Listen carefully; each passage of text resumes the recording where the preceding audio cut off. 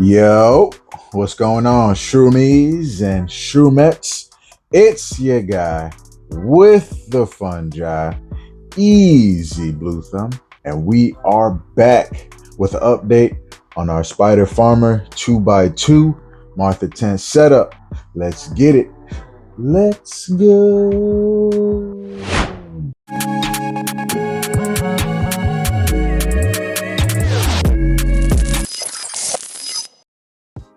All right, Shroomy. So before we get into the video, real quick, I want to give a rundown on my setup because I made a lot of mistakes in the beginning.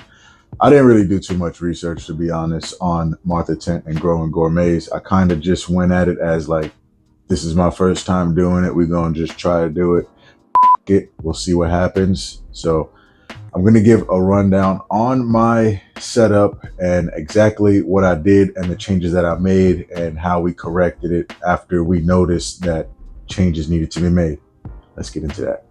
All right, so I do want to start off with our humidity because that gave me the worst issue trying to get it set to the level that I needed.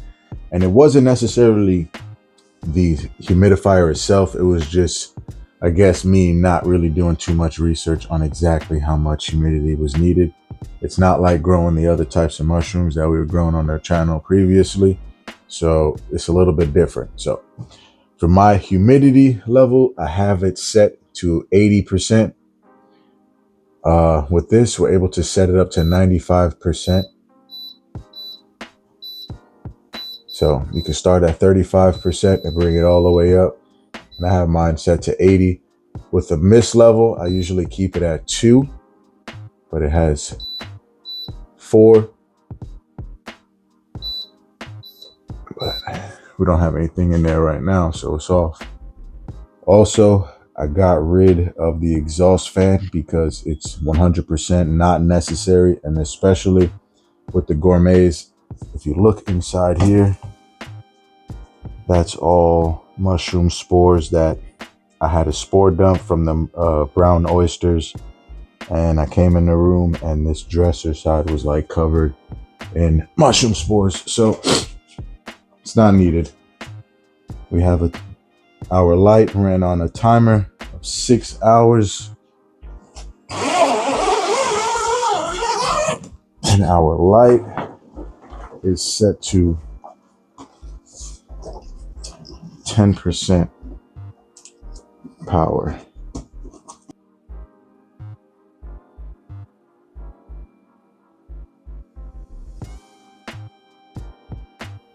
And this is our 301H Evo Spider Farmer grow light.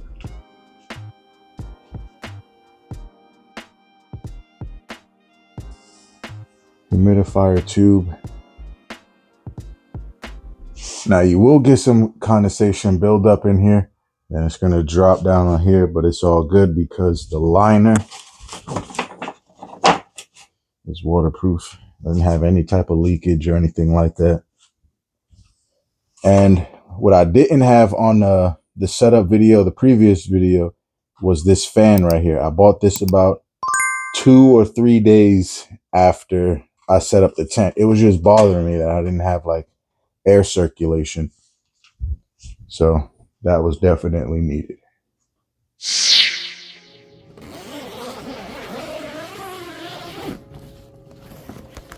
All right, Shroomies, this is day 2 of fruiting conditions. And as you can see, our blue oysters are looking good.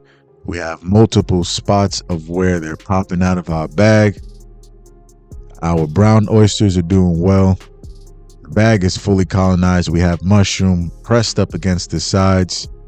And we have our lion's mane doing okay. Just a little bit of growth that looks like it wants to pop out. But these blue oysters, I'm not sure if that's the way they normally look when first fruiting. So I decided that we're just going to bump the humidity levels up because it's only at 70% at this point. And I also went out and bought me that black fan that I showed you guys in the beginning, just so we don't have that stagnant air. All right, this is day 5 of fruiting conditions, and we are prepared to harvest. And at this point is where I should have, but this is literally like 8 in the morning. I just woke up. We're just checking everything. So I thought I would have more time throughout the day to go ahead and harvest these without them drying up so fast. But at this point is where I should have harvested these brown oysters right here, because they did dry out, and I'm going to show you in the next clip. And at this point, we added our fan about a day ago or a day and a half ago, and we also adjusted our humidity levels to 80%. So whenever it reaches 80%, the Spider Farmer humidifier automatically turns off. It'll get to our low, and then it'll kick back on to keep it up at the 80%. 6 hours later. Literally 6 hours later, I crack open the Spider Farmer Martha tent, and we have our brown oyster mushrooms beginning to dry out a bit. The edges of the caps of cracking, they feel a bit hard. The center is still soft. We have moisture in the center of our stems, so that's good. But our blue oysters have started to lose some pigment, and I usually do my harvests at night, so these are going to just have to wait while I take the brown oysters. All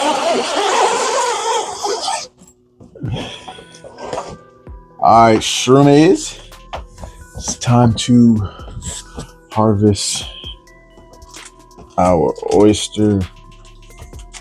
blue oysters. Ain't so blue no more. Let me go ahead and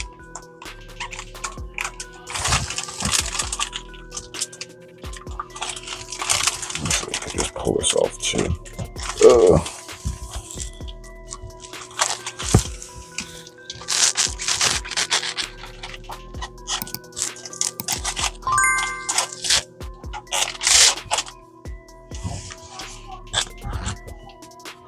Sheesh, that's nice though. Gonna cook these hoes up.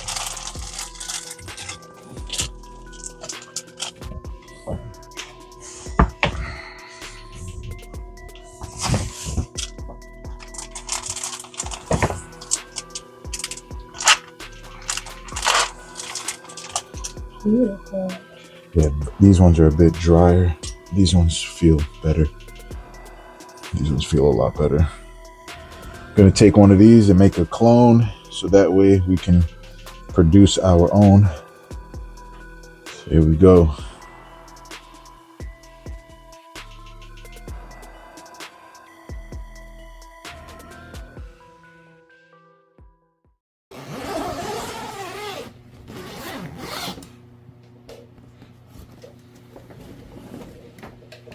Hey, let's go, baby. Our brown oyster mushrooms are looking beautiful.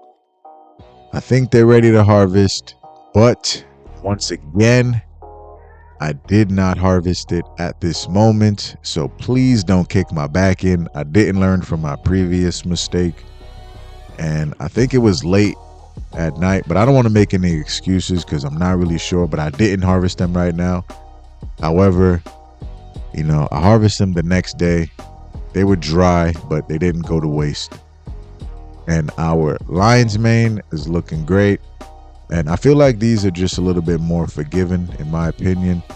I just have to give them the right humidity, and adding that fan definitely helped. But the lion's mane, in my opinion, is a little bit more forgiving and a more of a slow grow, and lets you dial in things before they just boom. And I added the fan in the corner of the tent, so that way it can push the air like circulating, but without having it directly on the mushrooms, you know, drying them out further. Shroomies, if you are enjoying the content and it is bringing you value, please drop a like, comment, and subscribe if you haven't already. And if you are in the market for a high quality, multi-purpose grow setup, go on over to spiderfarmer.com. Tell them that Easy B sent you at checkout, for 8% off. Let's go. All right, Shroomies, we have some more of the. Damn, y'all heard that gasp for air? I just had to point that out. I was devastated when I saw this, but I was like, Matt, you know what? I'll just keep the honest reaction in there and just keep it going. But I just had to point that out if y'all didn't catch it. I should have harvested these yesterday, but I'm going to harvest them right now. Let's see if I could get a gentle. All right. Doing this one hand, sorry for the shakiness. Oops, I dropped one. And oh man, these are gonna be so beautiful and tasty. Look at that. Gotta pick these off.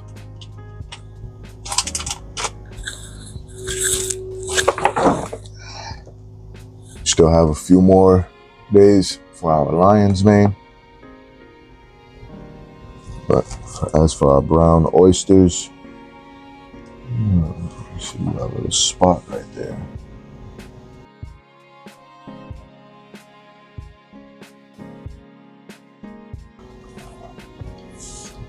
There we go.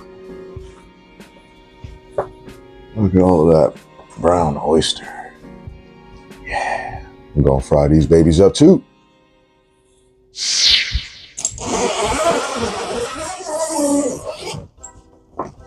All right.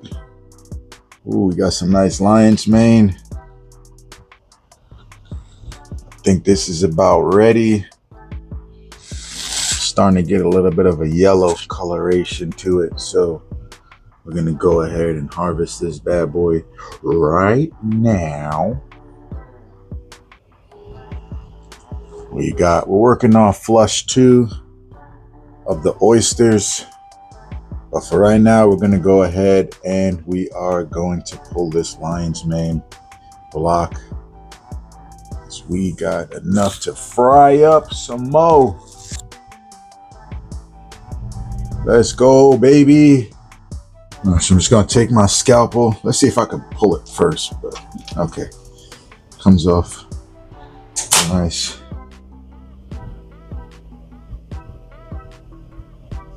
Yeah, got some substrate right here, but it's all right.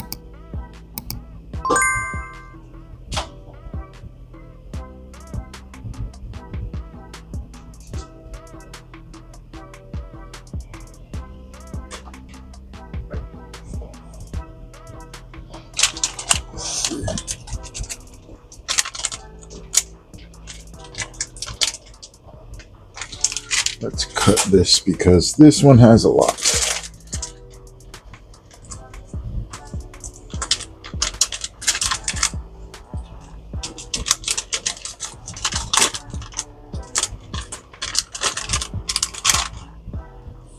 We got another piece of our lion's mane.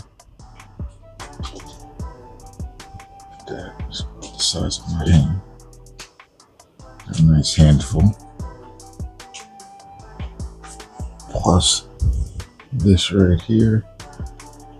2 handfuls, some lion's mane.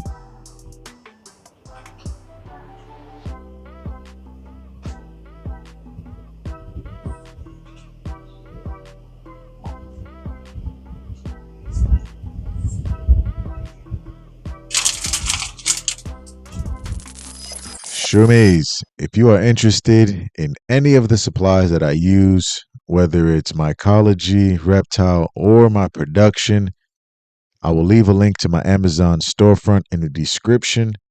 You can go on and check out my complete Amazon supply list. And this list is of all of the materials that I use as of this moment, and it's always being updated, items removed and added. So go on over to Easy Blue Thumb Amazon storefront and check it out. I appreciate y'all for rocking with your boy. Y'all be easy. Hey.